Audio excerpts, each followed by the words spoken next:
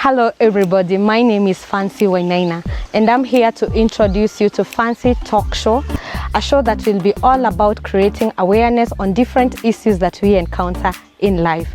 As we all know, life does not come with a manual, and hence we encounter so many things, among them mental health issues, parenting issues, name them. And so this talk show is inspired by bringing experts on different fields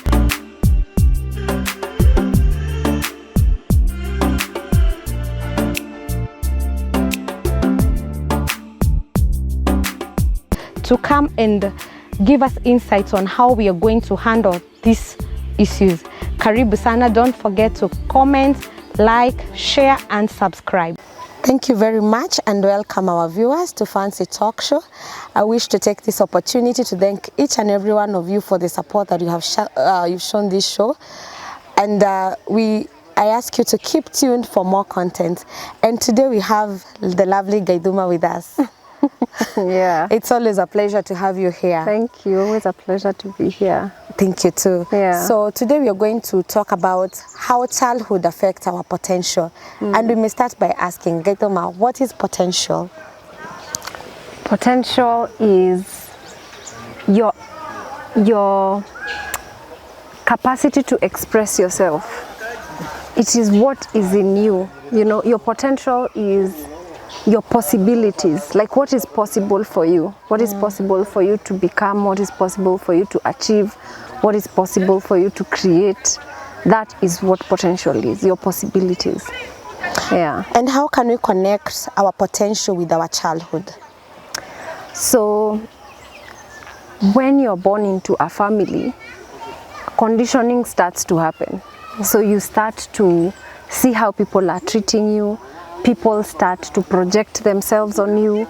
So if some people are like, our family doesn't do this, our family doesn't, you know, stand for this. So it's like your possibility starts to be narrowed down by just being in a family, because the family has a history and there's what they have grown and believed is possible for them as a family. So if you're coming in as a member of this family, then already your childhood is going to be shaped around what they think is possible for you, not necessarily what is possible for you, not necessarily what is God-given potential for you. Yeah. And you've told us the family we grow up in, sometimes that environment, we pick stuff. And I'm trying to think, sometimes we can pick good things and we can pick bad things, and that is what you're telling us. It could be part of shaping our potential. Yeah. So as you grow up, so your personality, your psychological self is shaped within the family setup. So even you begin to start having ideas of what you can do, what you can't do, what you can achieve, what you can't achieve, you know. And so how the family you are in is set up determines what you believe that you can do, what you believe that you can't do. And it's sometimes not as a result of being told. Sometimes nobody tells you you can't be a good musician. No, it's just about how you're treated and how people treat each other within the family. It's also not just about the family setup. It's really about even the neighborhood you grew up in. It's about what you are listening to, what you are exposed to as a child, like media, social engagements and social events. These are things that either constrict your perspective about what is possible for you or expand. I remember when we were kids, I really thank God for my mom, because my mom was so determined to expose us. Like, she was very intentional to get us exposure so that we see the world from a wider perspective. So yes, we grew up in the village, we lived in the village, but my parents made sure that I went to school in the city, right? So, and then every holiday, my mom would do one out of the box kind of thing. So either she would take me to the movies at the cinemas, or she would take me to an exotic restaurant. Like I remember we went to a Korean restaurant once when we were kids. So some of these things, they begin to help you see the world in a bigger perspective, and the more wider perspective you have, the more possibilities you invite in yourself. You know, if somebody has never been to the city, for example, they can never ever think of being an architect. Because what are you building? Because you are not unlocking your mind. Yeah, yes, exactly. So your childhood either locked you or unlocked you to certain extents. And does this childhood, the way we grew up, also affect our relationship, how we feel about ourselves? That is actually the core thing. So when we are talking about potential, it's first and foremost your relationship with yourself. So how capable do you believe you are? How open are you? Is that as a result of all these experiences? Some people were brought up in families where they were treated badly, for example, or they saw people treating each other badly. So that narrows down the possibilities of that child to create healthy relationships, number one. Number two, they have a negative relationship with themselves, because how you're treated when you're a child and how you see people treating each other determines how you treat yourself. And so if you don't have a positive relationship with yourself, then it means you're going to expect less of yourself. You know, and another thing that is built, that is connected to potential, that is built in families, is something called resilience and perseverance, and things like discipline and structure. You know, those are things that determine whether you're going to unlock your potential or not. Say, for example, a child is athletic, very athletic. They can be the best athletic in the country. They can be either a good swimmer, a good runner, a good gymnast. But then because of the way their family is set up, there is no structure, there is no discipline. So even if by some miracle they come across an opportunity to do athletics or whatever it is, they will not have built in good discipline to actually go somewhere with that. So it's really important as parents to understand what are the real things that the child needs to go out there and become all they can be. Because I think a lot of us are just thinking, oh, I'm going to make enough money and leave it for my child. Or I'm going to, you know, give them what they want. But there are things that can help them unlock their potential even in your absence. You know, what if you die? What are your kids going to be left with? You know, if there is discipline, if there is structure, if there is, you've given your kids permission to dream big, you have opened their minds, you have told them, you know, you can be anything that you want to be. The world is your an oyster, you know, it's called oyster or whatever, you know. You can go anywhere, you can be anything. That alone gives the kids that permission to have a sense of exploration. I want to explore what I can be, who I can be, how much I can do. And they become very creative, they become very, you know, they become ambitious, they become go-getters, they become courageous, because as you pursue your dreams, there is courage that's built, you know. Yeah. So that is a result of how you are brought up. What if, I remember back in school, whenever we opened, you know, the first exams that we do after opening school, Yeah. we would always be given an insha or a composition to write on how you spent on your holiday. Yeah. And that has also taken me back to my childhood, because I would also have stories to give. Because my parents also were those kind of parents that would really give us exposure in terms of outings. Outings was not an issue. In fact, after you know, Sunday service, church, after we leave church, we'd always go somewhere. Even as simple things as a lunch with a family. Yeah. You know, sometimes we are taking animal orphanage, and those were memories also that we've grown with. Yeah. And even me as a parent, giving my kids exposure has become one of it's one of my parenting style. Like, I believe, you know, like holding them in just our four walls is not enough. Yeah. They need to go, they need to interact. Yeah. And I think the CBC that is here is giving our kids exposure, unlike the 844. Yeah. And especially when it comes to creativity. Yeah, that's true. Because I think another thing about helping the kids unlock their potential is, as early as possible, challenge them to do stuff that is out of the box, you know, stuff that is challenging to do, stuff that gets them to think, stuff that gets them to use their hands, stuff that gets them to, you know, to use the resources that they have.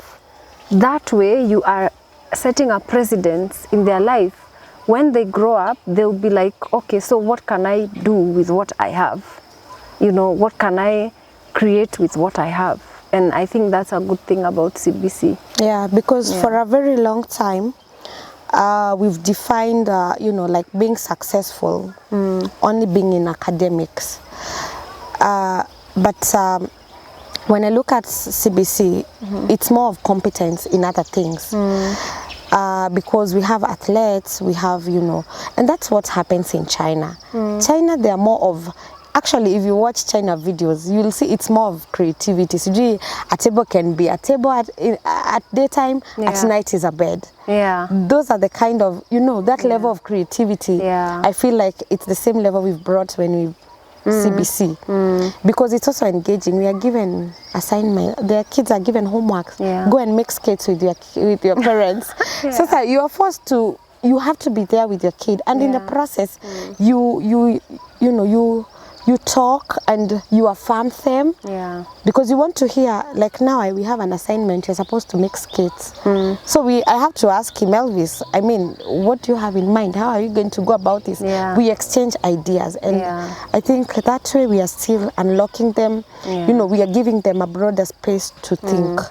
Yes. 100%. And I think now that you're mentioning CBC, it's really to encourage parents to be part of this process, like to even be the lead of this process, because I see a lot of parents complaining about the system because it means more work for them, it means they have to do more. But these are your kids, like you're even supposed to be the one educating them. You know, back in the African setup, we didn't have schools. Yeah. It was the job of the parents and the rest of the village to educate these kids and give them the skill they need to survive within that community. Absolutely. So I don't know why we are finding it hard now, and they are our kids. We have become career parents. Yeah, but then it's like we are losing track of why we even are in those careers in the first place. Isn't it? For us to create a legacy, you know, a platform for them so that they can come on it and just be who they can be. Absolutely. Because we are also standing on the shoulders of our forefathers. Sure. You know, they did so much for us to be where we are right now. But it's unfortunate we are refusing to do so much for our children. You know, if you look at our great-grandparents, they fought for independence. Our grandparents had to start working, something that was very new, had to start earning money, something that was never there in African society before. You know, look at our parents, how some of them have stuck in jobs for like 20, 30 years because they're like, I want my family to have this sort of, you know, security and safety. But then us guys, we are here just thinking of ourselves. We are not thinking about our future generations. In fact, if there are people who are fortunate enough to get something left for them by their parents, they are squandering it without even thinking about what their kids will come to. Because imagine if you had a platform to start from. Imagine if you didn't start from scratch, where you would be, you know? Most of the times I see a lot of families, the way you bring up your kids does not allow them to be part of and to be good custodians of whatever you're sweating for. So I've seen a lot of generational wealth going down the drain by the third generation. Why? Because these kids don't have the same values that you do. Like, I know you sweat, blood, sweat, and whatever, creating this amount of wealth. You pass it on to your kids who probably have a sense of what it took, but then their kids are just balling and that ends your generational wealth. So even how you parent kids into good stewards of whatever it is that you're struggling to earn right now ensures that they expand their potential. Because if that child has a sense of obligation to what they are given, if that child has a sense of responsibility to what they find, then that child will do so much more than any of their forefathers did, because they have more resources than any of their ancestors ever did. Yeah. I've encountered parents, or rather older women and men, that believe that they were brought up in so much struggle. And so they're trying to make it easy for their kids now. Yeah. And by doing this, they don't instill the same values of hard work, okay? Yeah. They want to make it easy now for their children. And now what happens, their kids come and they squander that. Yeah. And if you're observant enough, you'll notice that if my parents were rich, when we come in and we are left with that wealth, it is at risk. Because first of all, we didn't earn it. Secondly, we were maybe not taught how, to multiply that wealth. We come and we bawl because, my parents got this. Yeah. And they also showed us their life was very hard. And no one wants hard, by the way. So we come and we start squandering in the name of, we are living large. Yeah. What can we say about that? I saw a quote somewhere and they were saying, the first generation really struggles. The second generation enjoys it. The third generation squanders it. The fourth generation struggles. And it's And a the cycle continues. Yeah. Yeah. So is there a way we can teach our kids? Yes, it's okay to struggle, but it's also okay to enjoy, because I've also seen others that will struggle, Yeah. accumulate until their deathbed. In fact, people are even mean to themselves. Yeah. I've met a man who was very rich. He passed on, and he had buildings all over. But Kara, he would not even buy himself a pair of shoes. He was mean. So to which extent can we unlock even our potential and, align it with our needs without also really being mean on ourselves or even those around us? Because to me also, it does not make sense. Yeah. Yeah. I think one of the things that a lot of people confuse is what potential is not really just about money or wealth. It's an attitude. It's a space, it's a state of being. It's saying that I want to be the highest version of myself. How does that look like? You cannot be a billionaire. You're walking with flip-flops and slippers and torn clothes and say that you have achieved your potential. You haven't even touched it, So it's really about being all round. So even these people who are thick inside the rat race or whatever it is that you do for a living and you're succeeding at it, think about your life all round. Your emotional health, your creativity, your family, your spirituality. It's an all-round thing. Who is this that you want to become? And actually infect your family with that. I see a lot of people, you don't even have the conversation of what impact do you want to leave on this planet. Because if everybody had that conversation, if my mom gives me stuff, my mom facilitates me, or I inherit something from my parents, I will use it for that mission. But the mistake we do, we are leaving kids with a lot of money, a lot of wealth, a lot of whatever, without a vision. Kids who have no vision. Yeah. Kids who have no purpose. Yeah. So what do you expect? First of all, they crash. Yeah. Because of that. Yeah. So there's a family division. Yeah. And even some end up dying because of it. Exactly. So it's the conversation of potential. It's really the conversation of the way you are brought up needs you to actually it needs to lead you in the direction of your purpose, in the direction of your God-given mission. That's what upbringing is supposed to be about, really. Like at the very core of parenting, it needs to be, I want to equip my child to be who they need to be to do what God sent them here to do. It's not about me creating a mini-me or creating minions that are just obeying me because I want to feel powerful. Yeah. You know? And as an adult, I want to invite the adults viewing this show to ask themselves, what is your vision for your life and what is it that you want to achieve? What mark do you want to leave here? What service do you want to serve humanity? And in what ways have you held yourself back because of either what you are told about yourself, what you are told about what is possible for you? What is it internally? What's money or the external factors? Yeah, think about internally. What is stopping you from actually achieving your mission? Because I wrote a post today because it really hit me. Yeah, your heart is a ticking clock. You know, you know the heartbeat. Yeah, it's actually tick tock, and you don't know when it's gonna run out of time because it's like iliekwa majira. Yeah, you know, when the majira ends, then the clock goes silent. It goes off. Yeah, that's what your heart is. And so you're actually on borrowed time.